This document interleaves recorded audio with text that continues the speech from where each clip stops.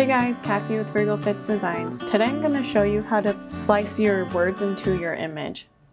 So you're going to open up Design Space, and I already went ahead and uploaded my shape, the heart, and my font. This font is the Magnolia Sky.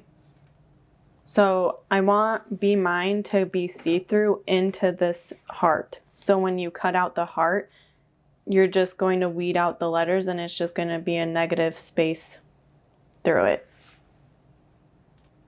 So you're going to take your words and you're going to place them on your image. I'm going to align mine in the center. So after it's aligned, you're going to make sure that everything's highlighted. And then you're going to come down to the bottom right and you're going to hit slice.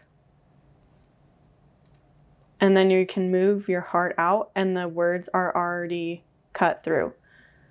After you have it cut through, you can go ahead and delete these.